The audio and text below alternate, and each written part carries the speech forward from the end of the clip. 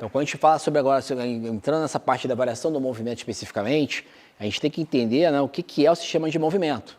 Se a gente está se predispondo a falar sobre a variação, se a gente está se predispondo a falar a avaliar movimento, a gente tem que entender o que é o sistema de movimento. Então, isso é uma questão básica. Tá? Isso daí começa a ser desenvolvido lá na década de 90 pelo Punjabi, através dos estudos dele sobre estabilização da coluna. Tá? Ele descreve que o sistema de movimento humano, ele seria o quê?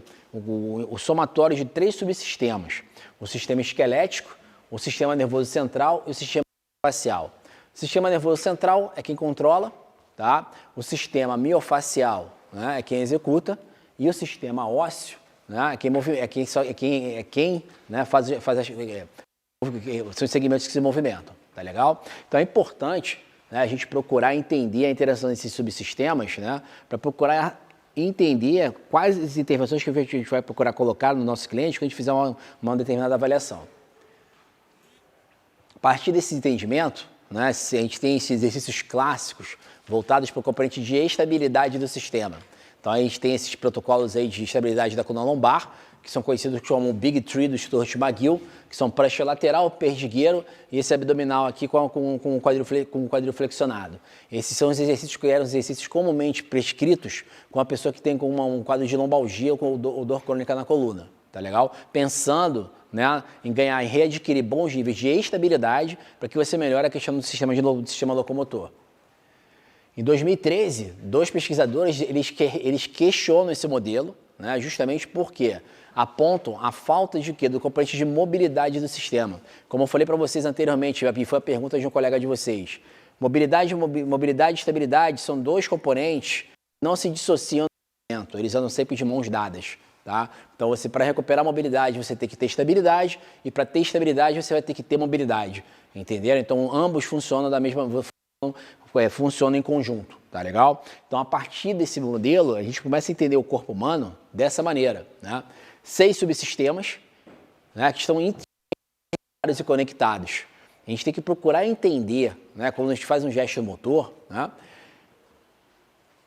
aonde que está, e aí acontece, quando você faz uma avaliação de gesto motor, se esse gesto motor ele apresenta algum déficit, né, alguma questão de falta de controle, da onde pode estar vindo isso? É dessa que a gente começa a observar o sistema de movimento humano, né?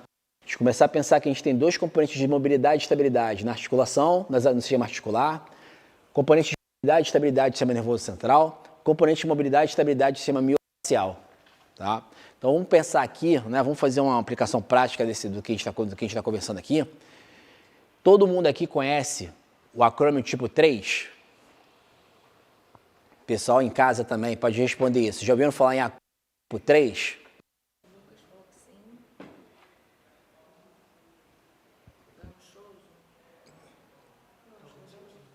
É o acrônimo granchoso, correto? Né?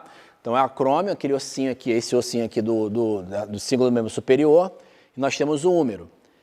Aqui nós temos o espaço subacromial, correto? No espaço subacromial passam quem? Bolsa subacromial, né? A bolsa sinovial subacromial, nós temos aí o tendão do supraespinhoso, correto? Então, essa articulação ela tem um grau de centralização, né? Aqui na cavidade glenoide, ela vai deslizando e rolando até que o húmero se eleve, né? E aí você vai fazendo o movimento de abdução, os movimentos acima da cabeça, correto? O que acontece com o acrômio ganchoso? Esse acrômio ele vai alcançando esse formato. No que ele alcança esse formato, e aí você tenta aumentar, você tenta fazer um movimento acima da cabeça, você começa a ter um choque anatômico, né? O osso impactando ali contra o outro osso, sendo que quem está lá no meio da história? A bolsa sinovial e o tendão do supraespinhoso. Então imagina a pessoa com o acrônimo tipo 3 fazendo abdução de ombro nesse plano, né? Porque vai pegar o deltoide médio, né? O deltoide médio você trabalha nesse plano, né? Você não faz aqui, você não pode fazer no plano da escápula, você tem que fazer aqui. Imagina a pessoa fazendo isso, 3 séries, 10 abduções, uma carga relativamente pesada. Ela faz isso segunda, ela faz isso quinta. Na outra semana ela faz o quê? Da sobrecarga, 3 séries de 10, segunda e quinta. Na outra semana, 3 séries de 8, segunda e quinta, aumentando a sobrecarga, aumentando o volume. Lembra do conceito de envelope de função? Né? Esse tecido ele vai recebendo sobrecarga, sobrecarga, sobrecarga, sobrecarga, até uma hora que ele começa a fazer o quê? Pô, professor, tá doendo. E aí, qual é a solução do problema? Tá com dor no ombro, vai fazer o quê? Manguito rotador. Volta a fazer a abdução. 3 séries de 12, 3 séries de 10, 3 séries de 8. Pô, voltou a doer, professor. Acho que é a maneira como estou dormindo. Acho que é não sei o quê. E volta a doer, volta a doer até que rompe. Só que você não avaliou, porque basicamente você está avaliando, a maioria das análises de movimento que a gente realiza, elas são feitas aqui, ó. Quando a gente olha para o sistema miofacial. A gente olha para o sistema miofacial, observa os músculos que podem estar, né, enfraquecidos, desordenados e tenta resolver na questão miofacial. Sendo que aqui a gente tem um problema a nível quê? Articular. Essa formação óssea pode ser da estrutura do indivíduo? Pode ser da estrutura do indivíduo. Né? Já ouviram falar do clássico joanete? Já ouviram falar do clássico joanete? Essa formação óssea nada mais é do que o quê? Estresse no osso. Né? Pisada severamente pronada, correto? Muito estresse naquela região, você tem uma remodelação do osso para se adaptar a esse estresse. Você pode desenvolver isso também. Entenderam? Então é importante a gente avaliar o sistema, a gente avaliar o movimento pensando na ótica de vários subsistemas. Tá? Vamos pegar aqui outra questão.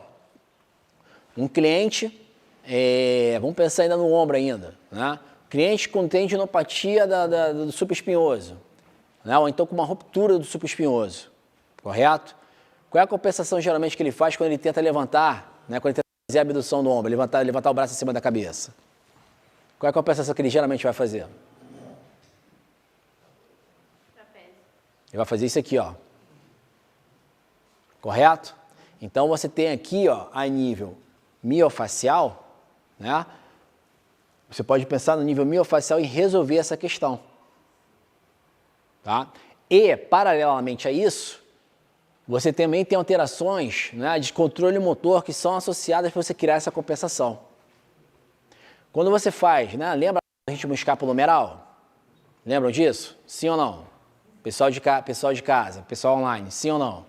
Lembra do ritmo escapulomeral? Para cada movimento do úmero, você tem um movimento da cintura escapular. Né? A escápula girando, ela faz o quê? Ela roda e inclina para que permita que o úmero consiga alcançar essa amplitude de movimento. Então, para que você consiga fazer esse movimento, seu serrátil anterior, seu trapézio inferior, né? Seu trapézio inferior, seu peitoral menor, eles têm que entrar em cocontração para possibilitar esse movimento da escápula e permitir esse movimento do úmero. Então, o que acontece? A lesão e a dor podem afetar todo esse sistema de controle, fazendo com que você tenha essa relação de compensação utilizando outros músculos para realizar a tarefa.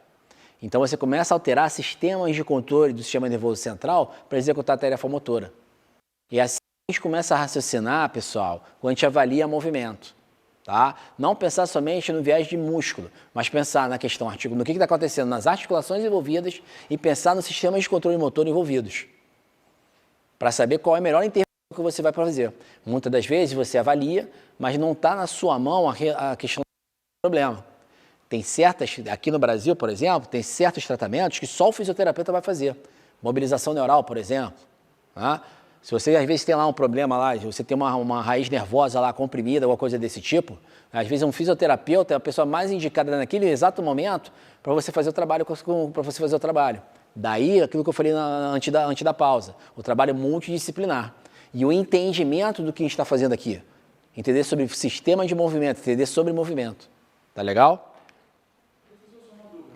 Pode falar. Se eu não me engano, sim. Aqui no Brasil, sim. Se eu não me engano... Está perguntando aqui se mobilização neural só fisioterapeuta pode fazer. Porque aqui no Brasil você tem uma reserva de mercado. Né? Você tem algum... Alegre, tem uma Isso. escola que aceita educador físico. Algumas escolas aceitam. Por exemplo, aqui a gente tem o Mulligan. O Mulligan ele é um tratamento que você faz a nível de deslizamento de superfícies articulares. Aqui no Brasil você não consegue fazer essa certificação sendo educador físico. Eu liguei pro CREA. Entendeu? Tá. Uhum. Eles falaram que não tem nada a falar sobre o assunto. Tipo assim, nada que impede. Nada que impede, né? Nada que impede. Só não sei se você pode... Eu não sei quais seriam as implicações em termos de mercado, de fiscalização, porque aqui a gente ainda tem esse conflito ainda do CREF com o CREFITO. Lá fora, por exemplo, você não tem muito disso. Porque não entendeu? usa nada, né? Exato. A mobilização neural é um movimento. Entendeu? Agora, eu particularmente não entendo muito de imobilização neural, entendeu? Tanto assim, eu leio, nunca li nada a respeito, entendeu? Agora, eu sei que é um método que você pode utilizar para entrar nessa questão. Eu, particularmente, eu procuro sempre indicar para colegas meus que são fisioterapeutas, que eu procuro, assim, a minha grande preocupação, às vezes, quando eu venho ministrar uma aula dessas, e quando você está numa pós-retreinamento de lesões, a gente tem que pensar no seguinte: nós somos treinadores, né? Mas nosso campo de conhecimento é extremamente amplo, mas é muito amplo, tá? Aí, às vezes, eu até brinco com alguns colegas meus, né? Esse cara aí tá virando, fulano virou fisiotrainer, né? Porque quando você começa a estudar isso aqui, quando teve o boom disso aqui, né? De movimento, lá no ano 2000, lá por volta de 2005, era o tal de todo mundo ficar fazendo rotação externa, todo mundo fazia na academia como se fosse uma coisa obrigatória. E aí ficava uma coisa assim meio tóxica. Por quê? A pessoa, como eu falei, tem 1 hora para 40 minutos para treinar, mas ficava meia hora fazendo exercício corretivo. Né? Então, quando chegava na hora de treinar, não tinha tempo. Entendeu? Então, eu particularmente, eu tento sempre trazer para o treinamento. Entendeu? E aí, nesses aspectos, assim, eu sempre direciono colegas, mas você está ali se interessando pelo método e tem a possibilidade de fazer e não tem essa questão de mercado, tranquilamente, vai embora, entendeu? Isso entra basicamente naquela questão da caixa de ferramenta. Quanto maior for o seu repertório, melhor para você atender o seu cliente, entendeu? Entenderam, pessoal? Tranquilo? Então, esse modelo aqui é um modelinho que você pode botar na sua cabeça, ali um esquemazinho na sua cabeça para você conseguir mapear, né? Pô, da onde vem a questão? É miofacial? É articular? Está a nível de controle motor? Por onde eu vou começar a intervir? Entenderam?